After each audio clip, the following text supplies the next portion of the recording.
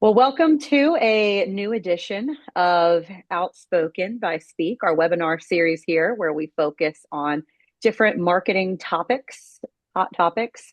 If this is your first time joining this webinar series, welcome. We're really excited to have you here. And if you are not new to this series and you've been tuning in for a while, you might see some new colors. And that is because Speak just got a little bit of a facelift. We rebranded, we have a new logo and a new website. So please check us out. We're very excited about it. We just launched that just over a month ago. So if this is the first time you're seeing our new brand, definitely head over to our website and take a look at madebyspeak.com. Well, I am super excited about this panel that we have today in this group. I'm going to introduce everybody in just a minute, but before I do, just a few housekeeping notes. This is a webinar run through Zoom. I'm sure we're all super familiar with Zoom by now, but if not, the audio is coming broadcast through your computer. If it freezes for any reason, you can just exit Zoom and you should be able to hop right back in. Should be fine. We definitely want to keep this as an open conversation. So please send us any questions and comments that you have. You can utilize the webinar chat or you can use the Q&A widget to ask us some questions. And we are going to get to as many as we can at the end.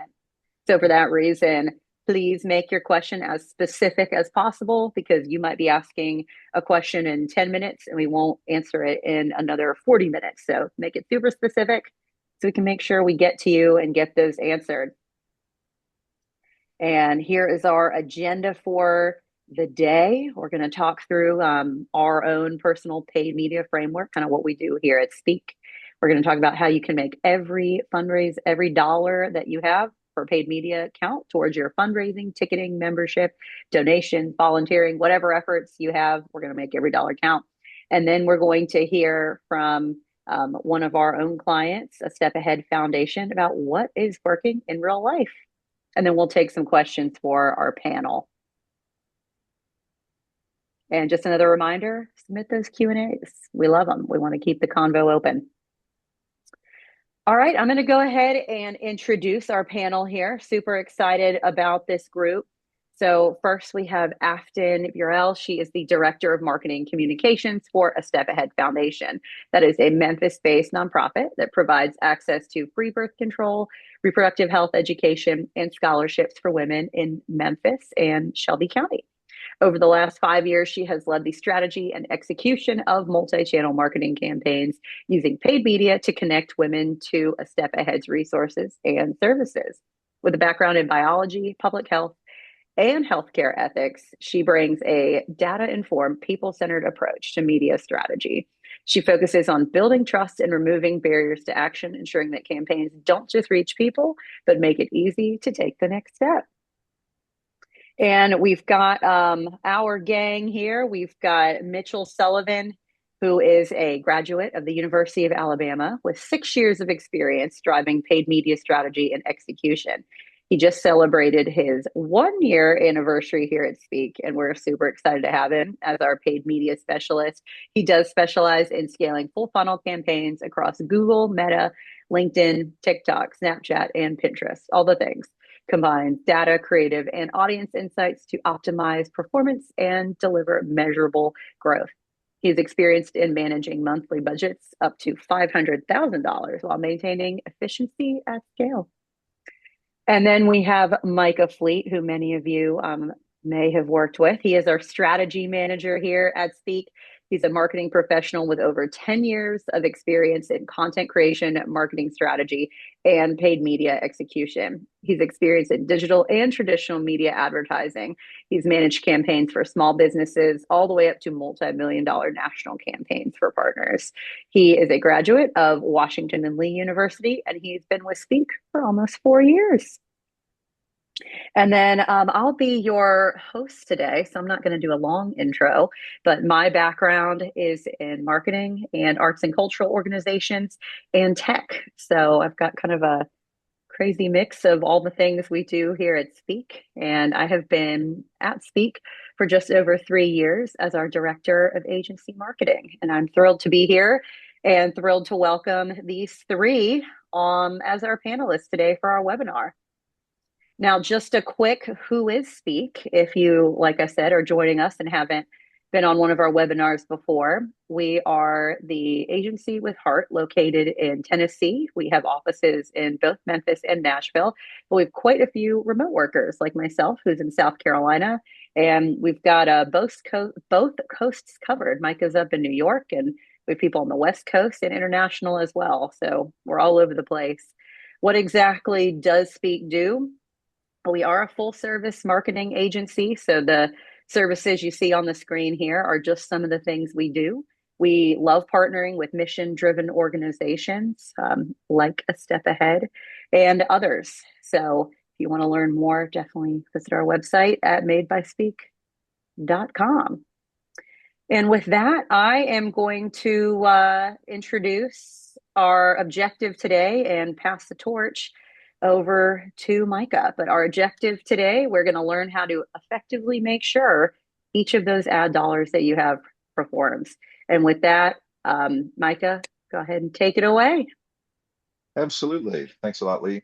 So when we're talking about paid advertising, okay, especially if you have the opportunity to actually spend some money, you want to make sure that not only do you know where to spend it and how to get it there, but how to make sure it performs. And especially when we're talking about nonprofits, y'all have an advantage because your missions are incredible. You know, people want to be involved in good works, and nonprofits are often the best way to do that. You offer incredible opportunities to get involved. They're usually family friendly. Your event schedule is packed. I know just working with Afton for them, they always have something going on. So it's fantastic to see. And then your staff is great. So ads should convert. All right. But where do you actually come across a conversion? There's a decision cycle that happens when people decide to get involved with a nonprofit, right? Um, they're looking for inspiration. They're deciding between your organization and plenty of others, and they're either deciding to volunteer or they're deciding to donate or whatever goal that your campaign has. Okay. The important part of any ad campaign is you want to meet them right in here. Okay. We know that they have the thought that they want to get involved. They start to look for it. That's when they should start to learn about your organization and drive you in. And then we get them to that conversion point. So the important place is to meet them where they are. You can make some mistakes when you're trying to get there, especially when we're talking about metrics. I mean, how many times have we been in marketing meetings and people are like, you get this much impressions, you got this much reach, here's your cost per click, how many times your video has been viewed. And you're like, great. How many donations did I get? How many volunteer signups did I get? How do we track that?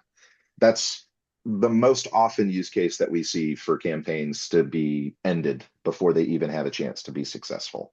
You have to make sure that your tracking actually sets up to inform you about the goal that you're trying to achieve. We work a lot with attractions, so ticket purchases and memberships are big for us. But in the nonprofit space, event attendance, donations, volunteer signups, or even something as common as signing up for your newsletter. You know, these are all goals that you can achieve through paid advertising if you know how it works. You have to make sure that conversion tracking is set up. You have to have your metrics and your ticketing systems aligned so they're feeding into each other.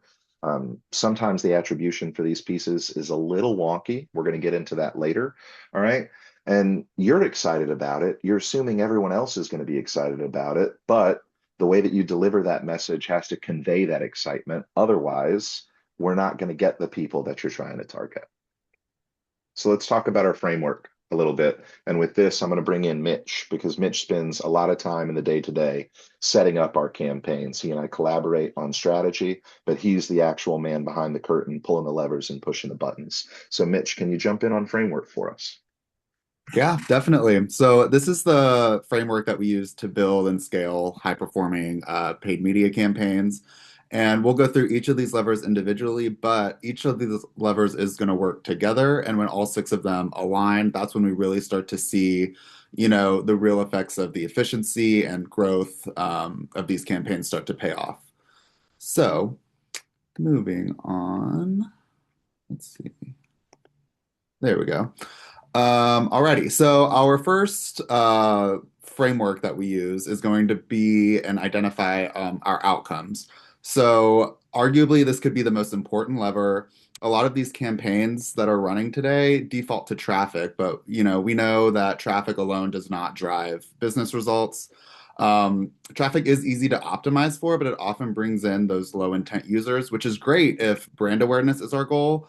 But we do want to focus on actions that are going to directly impact your organization, and focus on what we actually want people to do.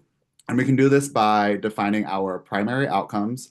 And these are going to be actions that, tie directly to revenue or mission impact, and they're going to vary depending on what your organization's goals may be. That could be, awareness of the services that you provide, membership purchases, event registrations, donations, or volunteer recruitment. And these are the KPIs that we're ultimately going to want to optimize these campaigns towards. But we know that not every user converts right away. Sometimes people need to see an ad a couple times. And this is where we build out, our pipeline for future converters. And we do this by identifying supporting outcomes. So, capturing those emails, building those retargeting lists and audiences, as well as branded search growth, which signals, rising awareness and intent. And these are going to help improve efficiency and conversion rates over time. And so we're not asking just how do we get clicks, we're asking how do we move people through the funnel. And so we do this through a couple different ways. One of the ways is going to be through targeting. And intent is always going to be demographics. It's not just who these people are that we want to reach, it's what are they actively searching for. And so we want to structure our targeting based on levels of intent, not just age or interest. And this allows us to meet people at different stages of the decision-making journey. So we do have three different levels of intent that we use. So the first one's going to be high intent, and this was also known as bottom of the funnel. And these are going to be people who are actively searching or ready to take action. So people searching, some specific services, things to do near me this weekend, or volunteer work. This is where we see the highest conversion rates. So it's going to be a priority for efficiency and immediate results. Moving on to mid intent, this is going to be more of the middle of the funnel, or where we see those warm audiences. And these are going to be users who already know who you are or haven't engaged with your organization in some way, whether that's website visits, they might be on your email list, or they viewed some events on your website that are coming up. And they basically just need the right message or a reminder to convert and attend that event or whatever it may be. And this is where we see a strong opportunity for retargeting as well as email nurture. And then moving to top of the funnel or the discovery phase, this is how we reach those new audiences who might not have heard of you yet. And we can do this through broad geographic targeting, meta audiences, and YouTube even. Again, this is going to be lower intent, but critical for awareness and feeding the funnel. And this basically just drives future demand. And so moving on, we see targeting. So knowing how each platform works is a key piece to a great optimized campaign. So we know that Meta and Google are two very different platforms. They have two very different needs. And so they require two different strategy approaches. So on Meta, creative is going to matter more than targeting. The algorithm is extremely advanced and it learns who to show ads to based on performance signals.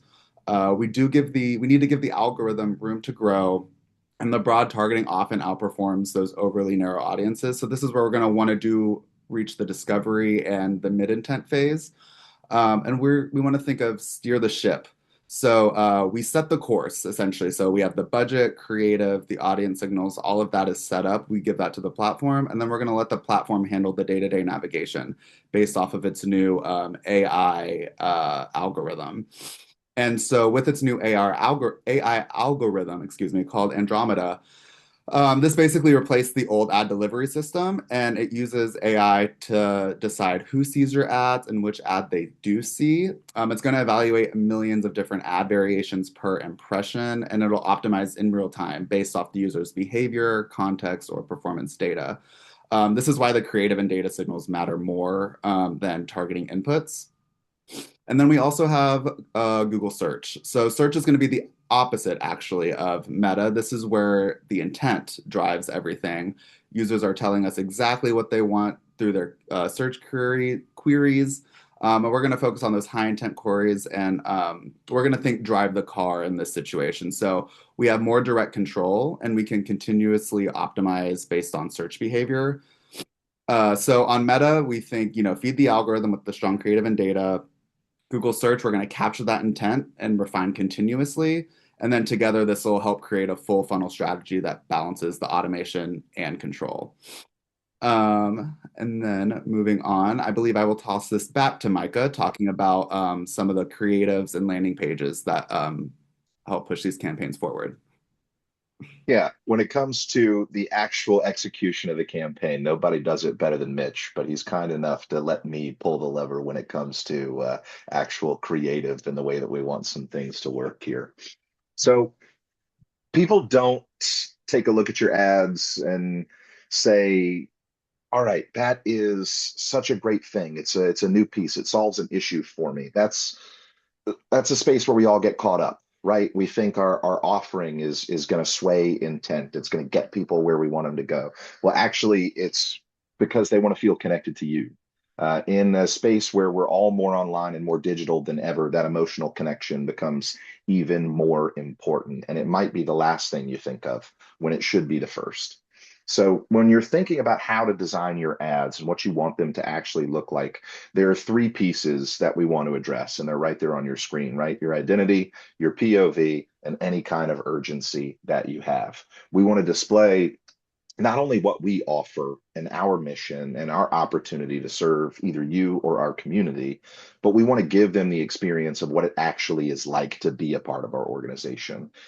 Testimonials, experience from people that have actually interacted with your organization before. If you have a donor who has been set up on recurring donations for 20 years, okay, that's awesome. Why? Let's find out. Because if they share their experience, chances are someone else is going to connect with it and think to themselves that they can contribute. Maybe not at the same level, but at a level that's comfortable for them. And that's an easy win for you. And then urgency, this is the easiest one to think about. Okay.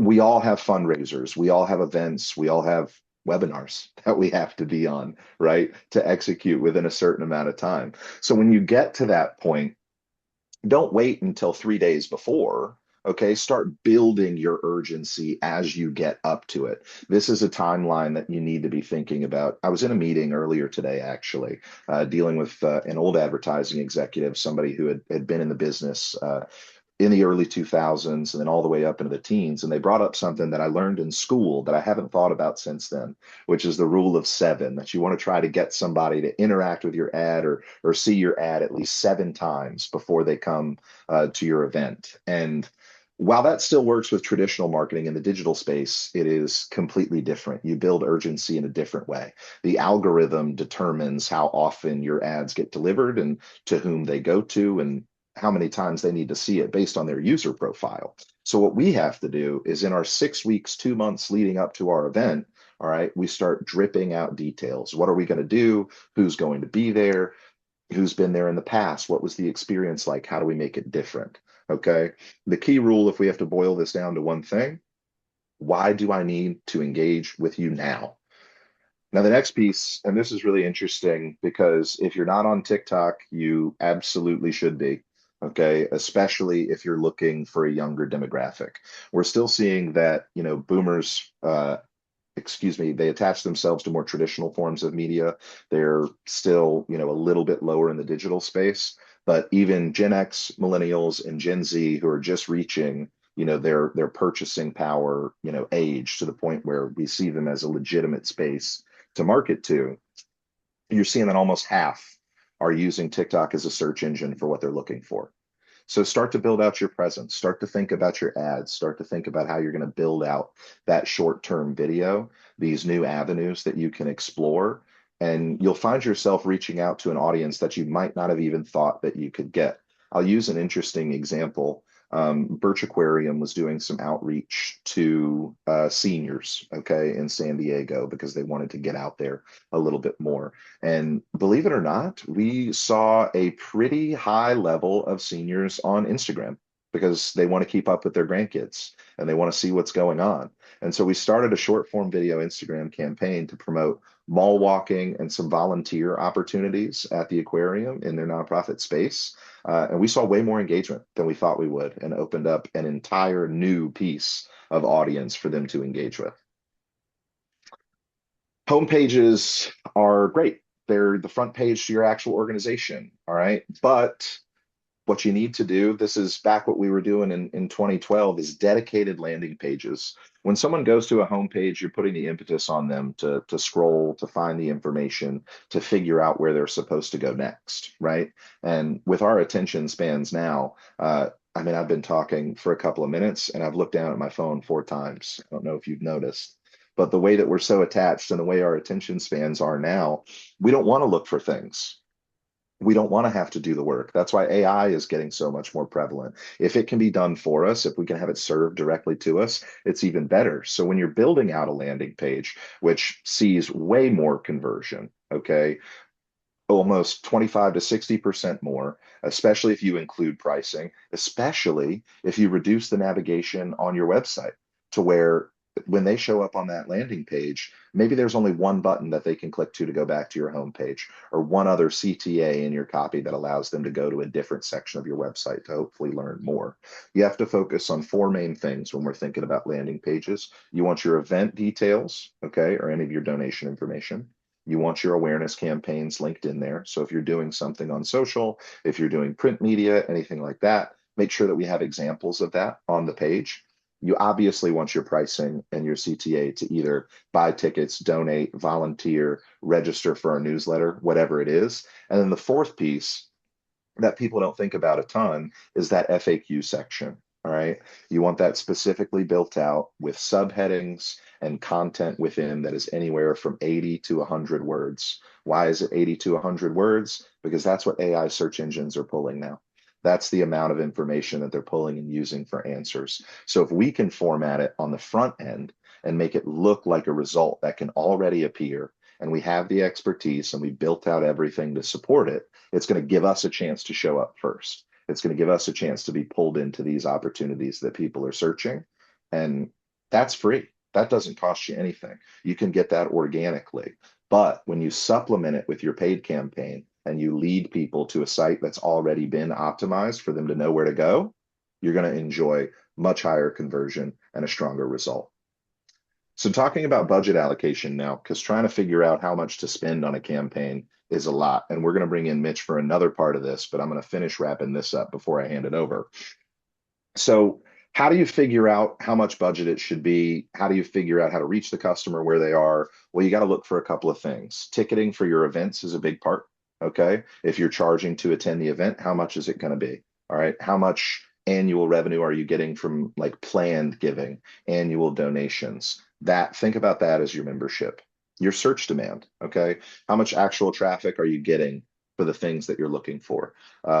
If you're a humane society, for example, animals, huge. They draw a ton of traffic. People look at that kind of content all the time. You're going to have a much, much larger search demand, okay, than a smaller nonprofit that might be offering, financial services where you are really looking for somebody 25 to 45, a professional that's working and is using their search much differently. So you want to think about that. A great tool that's not on the slide. If you're not on Google Search Console, go ahead and get in there. You can register your domain. It'll automatically scan your site, take a look at where you rank in search algorithms for your performance. All right. It'll also give you some competitor insights, and you can see your search volume there. And that's free. It doesn't cost you anything to sign up and use. Just go ahead and take a look. And then your retargeting pool size. When we talk about retargeting, these are people that have heard about us before. Okay. Have they interacted with our social pages? Have they donated? Are they on our newsletter list? Have they joined our volunteer team? People who have some kind of experience with us, either in person or online, are immediately grouped into this retargeting pool. So if you have a large pool to pull from, you want to make sure you can consider it. What's a large pool? When we're talking about this digitally, we want to think at least 2,000. Mitch, am I right on that number? Yeah, I'd say minimum 2,000. Yeah, at least 2,000 to go ahead and pull from. If you don't have 2,000, that's fine. Prospective campaigns can help you add to that pool size, increase the engagement that you're getting digitally on your site, and then that gets added into your retargeting pool. So, perfect things to think about when you're weighing how much budget you should place and these factors. Our playbook comes with this, and I'm going to bring in Mitch on a couple of these. But when we're talking about awareness, all right, this is getting people to know your brand and understand that you exist, right? And these are the pieces that we were talking about early. We're not asking them to convert, we're just asking them to get to know us. Meta is great for broad targeting for interest like family activities, travel, and local culture. Google Display and YouTube are it's one of me and Mitch's favorites when it comes to actual awareness. The amount of search volume that you can get and the video plays that you can get in here do great work for getting people to know your brand. We talked already about the use of TikTok and just how much we're getting. Out of home digital, this is a little bit of a bonus spend if you have the money to do it. It's a great place to look, right? So this is some of your streaming services, some of your small video plays. We actually got as niche one time with a client. If you've ever seen those small video displays on a gas station gas pump, and they start to play short looping videos to advertise something, we've gotten as niche as going out of home there for an awareness outcome. All right. Digital streaming and traditional media. This is, your broadcast television. All right. Anything like that. High impact video impressions, and it gets your message out there. The same thing with radio, which now also includes streaming audio, is great for event promotion. All right. Especially if you're in that hyper local space where you want to bring people that are in your area to your event. But then we move down to the next section, and this is our user funnel right here. We start off in awareness. We want them to consider what they want to do. They convert. Then they keep coming back to us in loyalty. And then eventually we get them to advocate for us. So for consideration, we're looking for engagement. We're looking for time on site, and we want them to actually interact with our ad. Okay. Whether that's stopping for a view or if that's a click, we want them to do it. And a great place to start for this is in our Google search. And when we're talking about non-branded keywords, Mitch, can you jump in and just give them a quick 10 seconds on what those are? Yeah, so non-branded keywords is kind of an example right there for you, but it's going to be like things to do near me, things to do this weekend. Whereas a branded keyword would be like your organization, specifically words tied to your brand. And so it's just kind of the non-branded keywords are going to be a little bit more expensive because more of these organizations are probably going to bid on the same thing. So they show up when people search things to do near me.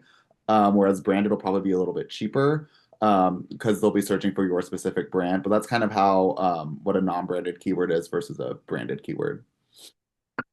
Excellent.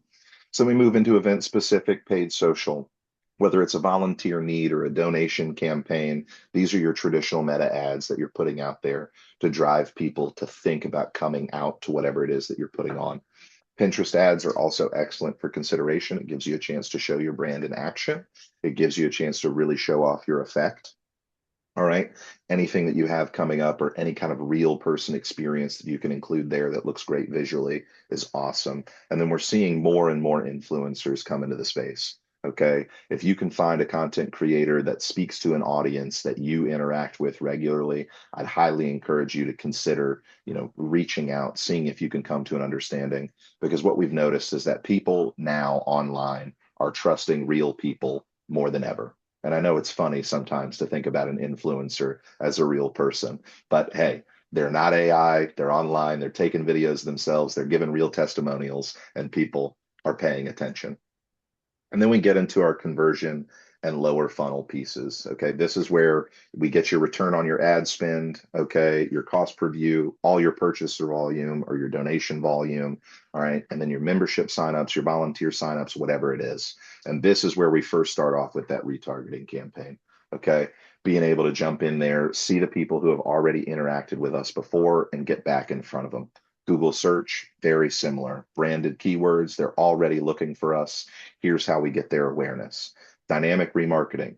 This is a new one that's come up and become more prevalent, I would say, probably in the last 5 years, where is if you start a form fill process, okay? If you start a form fill process and you abandon it, now there are guardrails set up for us to be able to go back and get back in front of them through an alert, a message of some kind, and bring them back in. And then the same thing with email. If there's a lapsed visitor, if there's someone who's left, all right, we can get right back in front of them and bring them back in. That's how we get them from consideration into conversion. Now, budget allocation. All right. Um, it should follow those performance signals that we talked about earlier. You identify the verticals that you want to be in and you split it from there. Don't be afraid to move your budget, but don't do it preemptively. This is something where if you're running a longer form campaign, give it some time to optimize, give it a chance to see everything, all right, before you start moving your money around. Because when you start changing things preemptively, you get bumped back in your learning phase. And then all of a sudden, you're starting from square one again. So have faith with your initial placement and then come back in and make tweaks once you start seeing information come through. And you can see, you break it down even further. If you're going into Google, we've talked about the different uses you can use. Same thing in Meta, same thing for your display. You can break it out even further for however you want. I like even splits across Google because the performance is, extremely solid depending on what version of the funnel or what stage of the funnel they're in. When we get into Meta, this is where you plan out like, all right, how much are we using for volunteers? How much for donations? How much for newsletter signups? And then display, it's always going to be between awareness and retargeting because we're getting a message in front of them and we're trying to bring them back into the site. Now the testing plan, and this is where Mitch comes back in because he's the one who does all the testing. Yes. So no paid media campaign should be a set it and forget it type of deal. You always want to be optimizing, making adjustments to what the data is showing us. So here is kind of a little breakout of an example of what you can test and when. So starting with the first test, so in week one or month one, whatever your cadence may be, we want to start with creative because that's usually the biggest performance driver. This is where we test the messaging, visuals, whether it's user-generated content or branded content. Also formats, static image, carousel, video, anything like that. So the goal here is to identify what captures the attention and drives those clicks. Then once we have strong creative, we can optimize what happens after the click. So here we can test the landing page, the headlines and messaging alignment from the ads to the landing page. We can also test the page layout and user experience, as well as different call to actions. And this is where we want to turn more of that traffic into actual results and conversions. And then after that, we can test our audience and focus on expanding and scaling our audience. So we can test broader audiences, build lookalikes, and we want to find basically more people that are likely to convert. And the goal here is to grow the volume without sacrificing any previous efficiency. And then the final thing, once we've tested and made optimizations towards those first three things, we can finally optimize our budget and we can shift the budget towards what's working best. We can increase our spend on top performers, whether that be a specific ad or a specific channel. We can pull back from those underperformers as well as rebalance across funnel stages. So if we want to give more to the lower funnel versus the higher funnel, we can do that as well. This is basically where all of our efficiency and scale come together, and we want to basically maximize our return on ad spend in that final budget optimization. So even, yeah, some small tests can create a 20 to 40% efficiency gains, showed right there. Moving on, we did have a client that we actually did this with. It was a gym. And so we originally ran some ads to a single landing page that was offering a free intro session. We were getting clicks, but no one was really converting. So then we did some landing page optimizations. We made some pricing more visible and kind of worked on the user experience there. And then after that, we created some audience segmentations and refinement. We started with just kind of a bulk audience, and then we expanded it out to people who are getting into working out, kind of as like a novice or beginner level. And then we also had an experienced level, maybe people looking to switch gyms. And then after that, we tested out some different ad formats. We tried static, video, and lead form ads. And it turns out the lead form ads were producing more results than static or video ads. So then we shifted all of our budget to the lead ads. And after we did all of this different testing optimizations, we saw an 11x lead growth in marketing qualified leads in March compared to January at the beginning of the year. So that's kind of a quick little run through of some different tests and optimizations that we can make. And I think it's time to toss it over to Afton so she can tell us a little about her organization. Yeah, Oh, oops. that's okay. We're going to do one quick thing and then I'm going to get you over to Afton. All right. When we're talking about results, let's talk about tracking. I'll get it done in 90 seconds, Lee. I promise. Okay. On platform, obviously, you want to take a look at it for Meta. It does great for what people are actually doing on their site, but it misses when people go through Meta and actually get onto your site, what they're doing there. So, how do we do that? We supplement with GA4, which tells us our traffic sources. It lets us know what users are actually doing on the site. But in order to do that, you have to have some manual entry. All right. If you don't have somebody who knows how to do Google Tag Manager, I'll say we're very good at it. So maybe consider a little bit of a delay in some of the reporting. And then often now with people running ad blockers, you see a lot of data that comes in as not set. All right. And then there's your ticketing platform. If you're doing that kind of large scale event ticketing for your nonprofit, you know where the actual results are coming in. 9 times out of 10, our nonprofit clients are managing their tickets on their own. So you incorporate Meta into your GA4. Okay. So that way you can see not only where they're coming from, but how they're acting on your site. All right. Then we get our optimization. You can compare your channels. Okay. Your ticketing can also feed into your Google. So we use all of these three as a blend to bring in all of your results together. Those three things allow us to triangulate our data. Those are our levers. Here's our checklist. All right. How's your tracking? How's your structure, your creative, and then manage your budget. And now I'll hand this one over to Afton so she can get started on some real world experience at an actual nonprofit.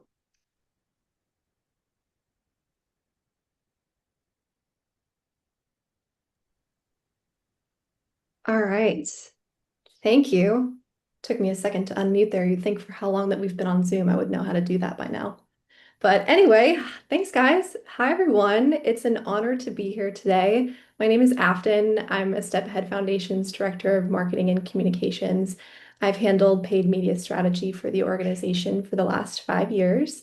So first, I'm going to tell you a little bit about us, and then I'm going to piggyback off of the framework that Speak was talking about with the 6 levers and walk you through how we've applied it to promote specifically our birth control services. So let's get started. All right. First of all, oh, sorry, where was good. Who are we? A Step Ahead Foundation is a Memphis-based nonprofit. We provide access to free long-acting reversible contraception. It's a very fancy way of saying it, birth control. We also provide access to free reproductive health education and scholarships for women. Like I said, I'm going to focus specifically on birth control and how we've used our paid media strategy to promote birth control today. But if anyone has any questions about how we promote our other services, those being reproductive health education and scholarships for women, just drop a question in the chat and hopefully we'll be able to get to it towards the end of the presentation. All right, so if someone is interested in getting free birth control through a Step Ahead, the first thing that they're going to do is call our call center. You can see the phone number at the bottom of the screen here. It's 901-320-STEP. So the really important thing for us when we're thinking about paid media strategy is we want people to call our call center to schedule an appointment to get free birth control. So once they schedule an appointment, they can get a free Lyft ride to and from if they want. And once they're there, they have a conversation with a provider about what method of birth control is best for them. We specifically pay for the most effective and reversible methods. You can see here, I was talking about long-acting reversible contraception. That's going to be the IUDs and the implants. And we also pay for everything that comes with a woman getting her birth control method. So think about a well woman exam, any follow-up visits, and removals when a woman is ready to get her birth control removed. And then if someone isn't ready to call our call center yet, we usually just direct them to our website. It says stepaheadfoundation.org to learn more. All right, so thinking back to the framework, we had mentioned objectives, targeting. I like to think of these in terms of questions because when you have a question, you naturally have to think of an answer. So when I think of objectives, that was the first lever in the framework earlier. I think, what are our goals? And at a Step Ahead Foundation, we really have two goals when it comes to paid media strategy. The first is just brand awareness. We want women in Memphis and Shelby County to know who we are and what we do. Nonprofits, we're very mission centric. Everyone wants to know what your mission is to see if they're interested in it in the first place. And then reaching high intent audiences. That's a very fancy way of saying who is already interested in our case, getting birth control, or they're already interested in our organization and they just want to learn more about it.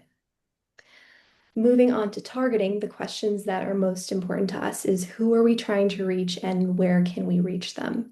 So I know that Speak talked a little bit about demographics earlier and interest and really thinking about intent and, making sure that you reach someone at a particular point in a decision cycle.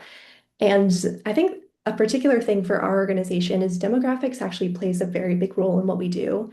Birth control is not going to be for everyone. It's actually usually for a very specific audience. It tends to be women between the ages of 18 and 35 that are interested in birth control. And so our job is kind of done for us in that regard. We're targeting women. We're targeting women between the ages of 18 to 35. And because we're a Memphis-based nonprofit, we have to geo-target or basically just place ads specifically in Memphis and Shelby County.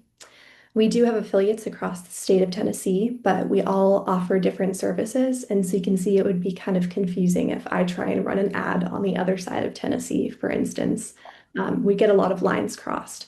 So when it comes to targeting, we do focus heavily on demographics. And when it comes to interest, we try and go back to our mission. So our mission is to help women plan their lives, their futures, and their babies. And so naturally, when we're thinking about promoting our birth control, we're thinking about women who are potentially interested in going back to school. They're focused on career growth, that kind of thing as far as interests. And then last but not least, where can we find them? So my advice to everyone, and this is something that I did when I first started at A Step Ahead, was ask yourself, or maybe even someone in your target audience, where you or they would go to get more information about a service like yours. And so in the case of birth control, we have seen that people in our target audience, I think I'm going to circle back to what Mitch was saying earlier about how people use TikTok as a search engine now. I think we have definitely seen that people will go to TikTok, they'll go to Instagram, and they'll try and find information about birth control through other people's experiences. And so we recognize that, okay, people are already on social media and they're already using more traditional search engines like Google to find out about where they can get birth control. And that's where we need to put a majority of our ad spend into. So if people are on social media, and they're on search engines, then that's where we want our paid media strategy to live too. So I'm going to talk about paid social media ads and paid search ads because those have been two of the more effective things that we have done as an organization.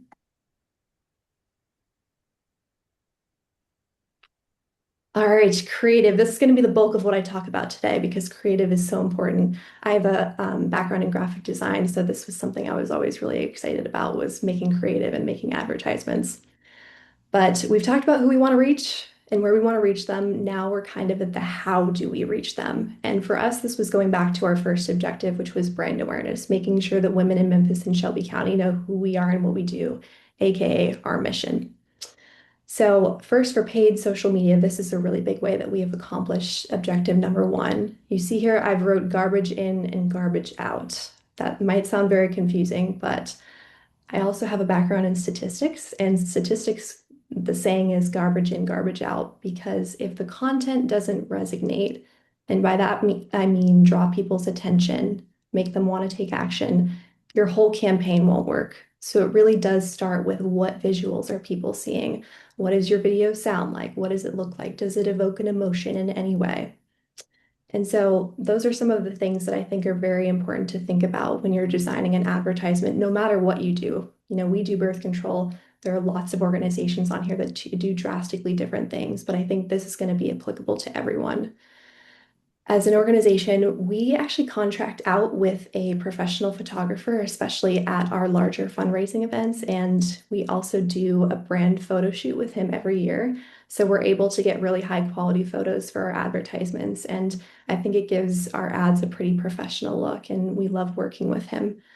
We've also invested heavily in really good audio equipment. So I'm sure that someone has watched an Instagram reel or been on TikTok where the audio is kind of choppy, you kind of can't hear what someone is saying, and it just kind of annoys you. And so you'll scroll by it. And the same goes for advertisements. You want to make sure that people can hear what you're talking about very clearly, and you want to make sure that people are looking at something that's aesthetically pleasing, but also just very simple. No one really likes to read very much, sadly. So you want to keep your message as simple as possible, get straight to the point because, like what Micah was saying earlier, everyone has a very short attention span at this point. You're going to have them for maybe 5 seconds, and that's, very generous.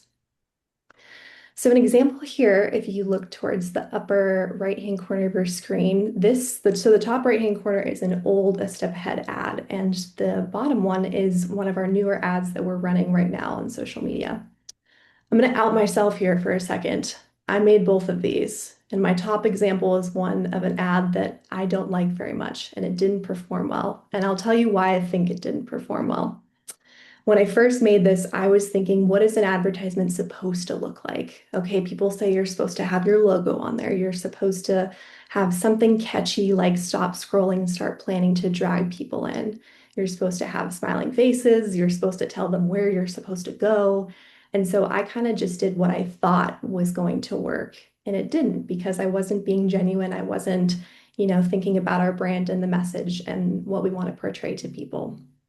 And so this bottom advertisement that we're running now, this is a photo of our executive director, Nikki Gibbs. It's from our last brand photo shoot with our photographer that we contract out with.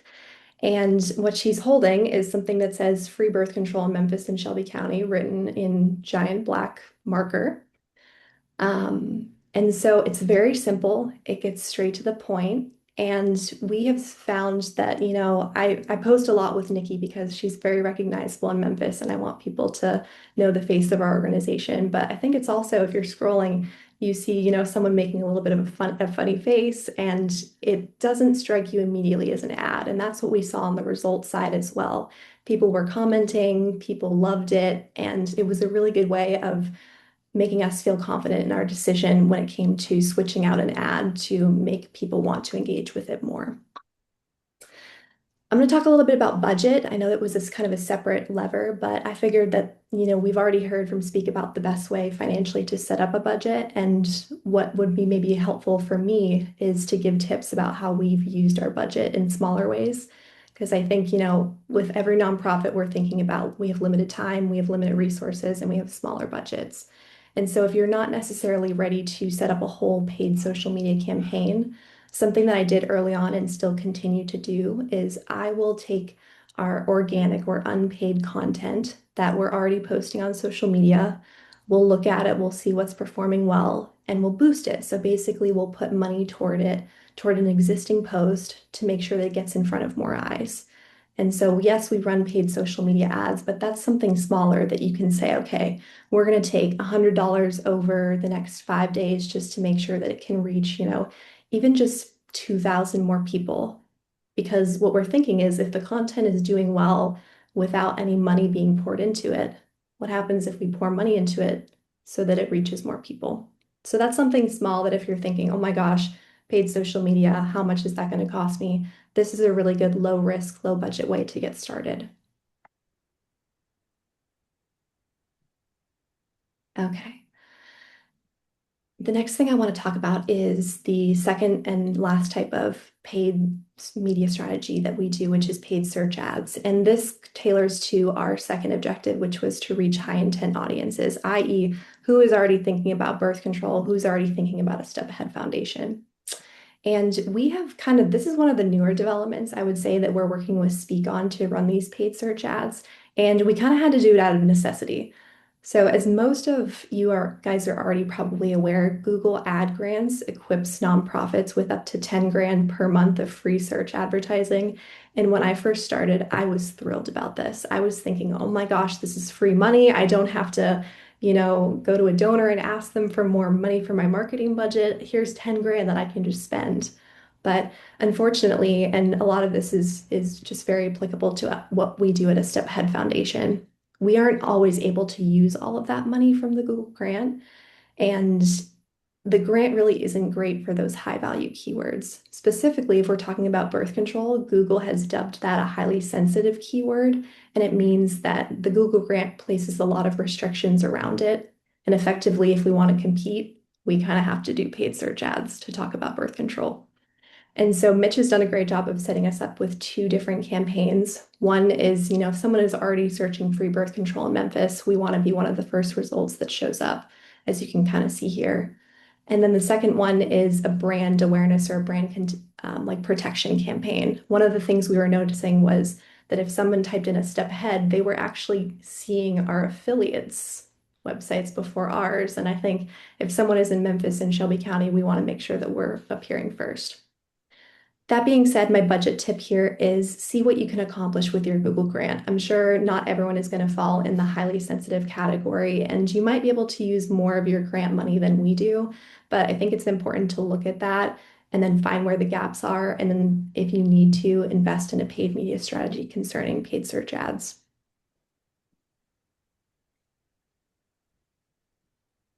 Okay, I'm going to talk just very briefly on landing pages, just because I want to echo what Speak was saying earlier about making sure your ads go to a specific landing page on your website. We get a lot of traffic to our homepage. And when I first started, I was thinking, we're pouring all of this money into our paid advertising. How am I going to even know that they're clicking onto our website? And so what we do, you can see I have a screenshot of our website here. We direct all of our paid ads specifically for birth control to our services pages. So if you were to go to our website, it's under the birth control header, and then it's the first one that really just outlines the different methods that we pay for and what the process looks like of reaching out. But really, I think the most important thing when it comes to a landing page is remember, you've got to have a great ad, but then you also have to have a good next place that people go. I wrote here, got 'em, where to now? The landing page has got to be fast.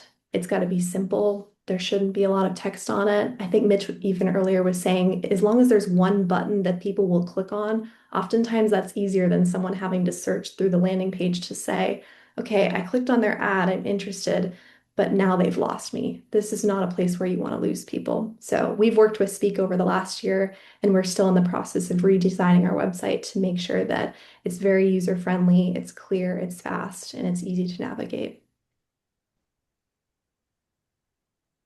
All right. Wrapping up here, this is my last slide. I want to talk a little bit about testing and results. I think that this is where a lot of nonprofits struggle. Like I was saying earlier, we all have limited time, we have limited resources, we have lower budgets, but I do think it's critical to continually test what you're doing to make sure that it's effective. And it also just helps you be a lot more confident in your overall paid media strategy. So thinking back to what I was talking about earlier of here was an old A Step Ahead ad. Here's the one that we're running now. That was an example of testing. We placed the first one, it didn't really perform well. And so we made some shifts in the visuals, we made some shifts in the messaging. There's usually a bit of text that will accompany an ad. And like I said, people don't want to read a lot. You just have to get straight to the point. So switch up messaging formats. I think video ads are definitely performing better in the last few years than before because we're all so used to consuming video content at this point. So you could move from a static ad to a video ad. And then also lean on advice from partners and feedback from your audience. So I think I've asked Speak many a time just what works for your other clients. This is independent of industry. It's just what ad worked well for them. Is that something that we might be able to mimic? And then feedback from your audience is just, are people commenting on your ad? Are you getting phone calls of people saying, that ad was really interesting? And so that kind of thing will also help you be a little bit more confident in your paid media strategy as a whole. Last but not least, why bother with the whole thing? I think it's very easy to sit in on a presentation like this and say, sounds great. I've got too much on my plate. Sounds like a lot of money, and then just kind of leave and go about the rest of your day.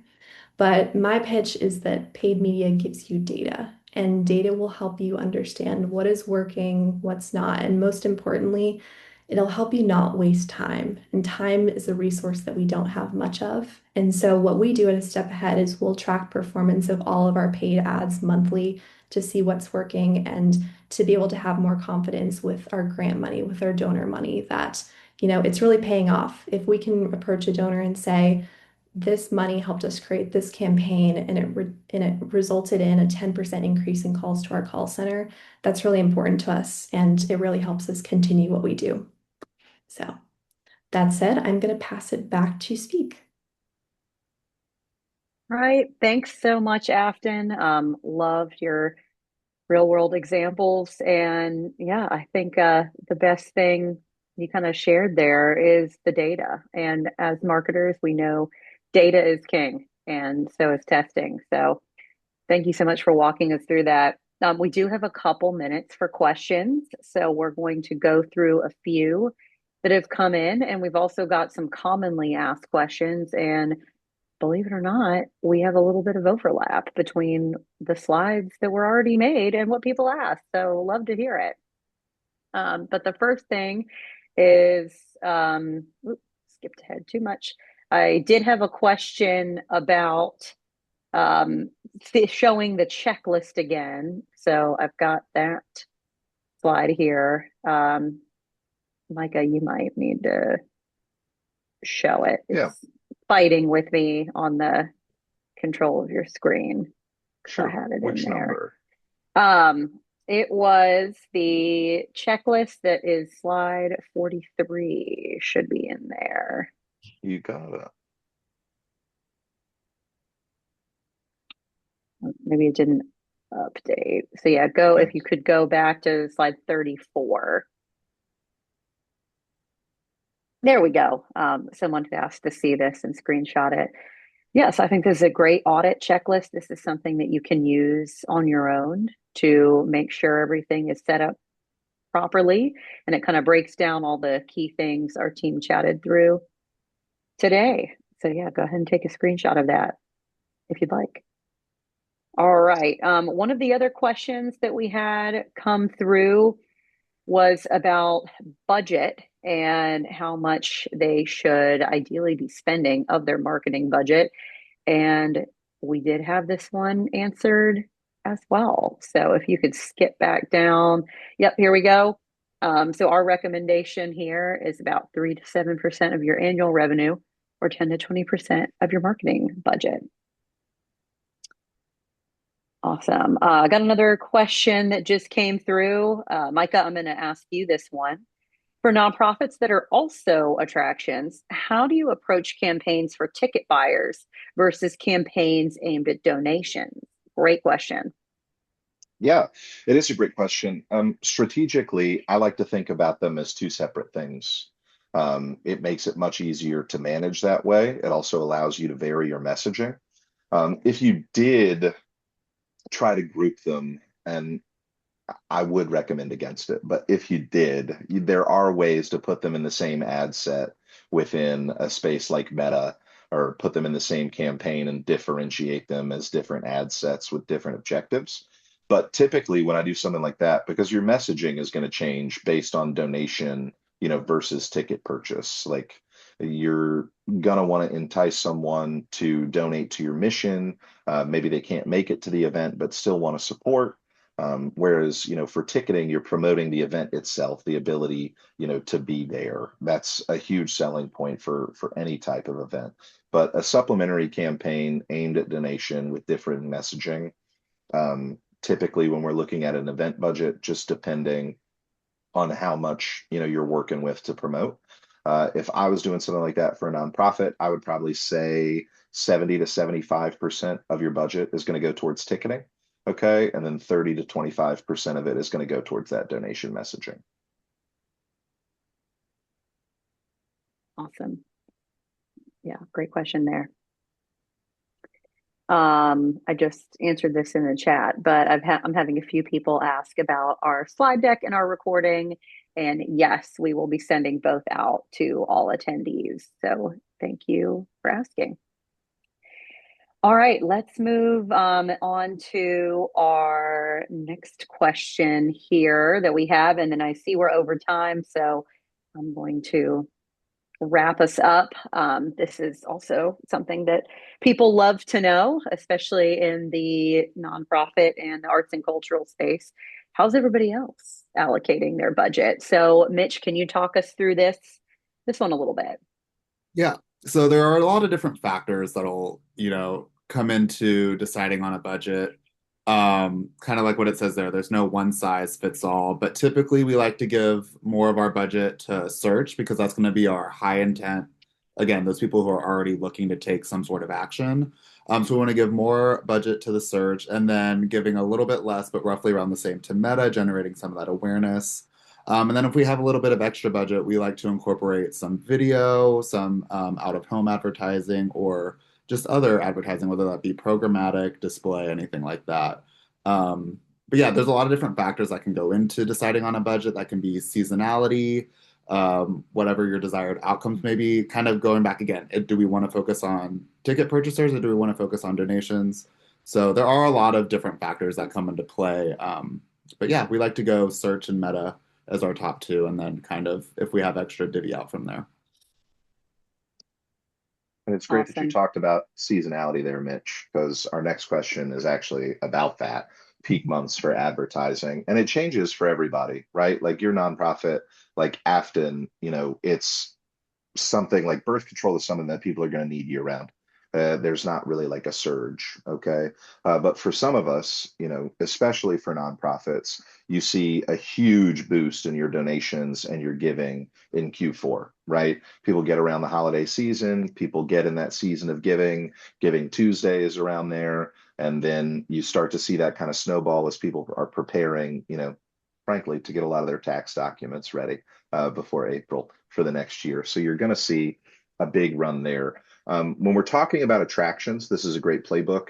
March planning spring visits and summer visits, June through August is actual, November through December is their actual holiday event planning. For nonprofits, I would say, Q4 is huge. Obviously, like advertising from October to December, if you're a really big like Q4 donation driver, is, pretty large. And then I think even that lead up to tax time is another space where you can really perform. But when you're deciding your seasonality, take a look at when you're getting the most engagement. Look at your analytics, look at the actual like pieces of physical information that you have. When you have the most events that you need your volunteers for? When is your newsletter the most active, asking for participation, from your audience? Take a look at those. Set your own schedule because in the nonprofit world, your seasons are drastically different from others and they vary from organization to organization. So you want to time out your ad spend to where it leads up to your busiest season. You're spending the most amount of money during your busiest season, and then you can taper it down as that ends to keep your awareness high and to keep people active on your site, but you're not clamoring for conversions when majority of your donations come between October and December, or they come between January and March. Great.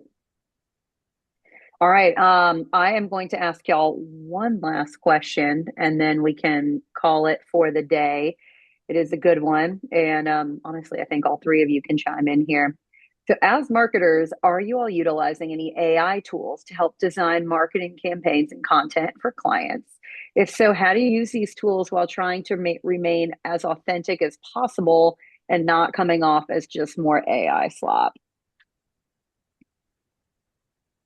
From a Afton, strategic standpoint, I can say this very quickly because I feel like, we got to clear up what Speak is doing on this front. Speak does not use AI tools to design your heavy design materials. We have a great design team that goes through and does it. Okay. Where we use AI most in terms of design is for social channels. Okay. Where you can be a bit more playful, where you can be a little bit more fun and less polished. And, we have some partners that incorporate it there. All right. And if you want to not come across as slop, it's difficult because it's subjective, right? It's just what people look at and see, and then they pass a judgment on it. What I like to say is pick a partner, okay? Somebody that has slightly differing taste from you, make something, show it to them, get their feedback. And if you can come to a two-person consensus, chances are you're going to have a better chance of having some success. But Afton, you were getting ready to say something. Yeah, I love this question because I am a pretty big fan of AI as a person, but I think in the marketing sphere and especially at a step ahead, we've learned a lot because I think there are certain cases where it's good to use AI, but there are certain cases where you shouldn't. And the one that we found helpful in a way is a lot of times when I'll try and write out the messaging for a particular ad, I want to make sure that it's at the right reading level. There's nothing worse than writing out an ad and realizing that you made something so complicated that no one understands it. And so I think even when we're thinking about what we put on our website or what we're driving people to on a landing page, we want to make sure that what we've written is good for people and they understand the reading level. So we're not putting it into AI saying, rewrite this for me or write it from scratch, but oftentimes we'll say, what reading level is this at? And so that's an example of how we still use AI. But I think when it comes to visuals, like Micah was saying, we're just not at a point yet where, it can replace true authenticity and genuine human interaction. And so we don't use AI in any of our advertisement visuals where we've actually made a concerted effort, I think, especially on social media, to show our personalities and to show our staff. And I think that's the way that we've been able to stand out and to build trust for, a topic that a lot of people are uncomfortable talking about. And, birth control isn't for everyone, but I think that by showing our team and showing the authenticity behind, something that's still human made is the way that we stand out. Great. All right. Love that. Three of you. Well, I know we're a little over time, but we had such great questions that I'm not mad about it at all. So I want to just go ahead and thank our three panelists here, Micah, Mitch, Afton. Y'all knocked it out of the park, shared some great insights here. I want to thank all of our attendees today. You guys were great, super engaged. So thanks for being here. Like I said, this recording and the deck will get emailed directly to you. So you will absolutely get that. If not tomorrow, first thing Monday morning, it just sometimes Zoom takes a while to generate a recording. So you'll have that very soon. If you want more information about Speak, we have resources. We have all the recordings of our previous webinars on our website. So you can head to madebyspeak.com/insights. You'll also find our blog there that addresses a lot of topics, especially paid media. So take a look. And once again, thank you everybody for being here and joining our webinar. Until next time, hope y'all have a good rest of your week and a fun weekend.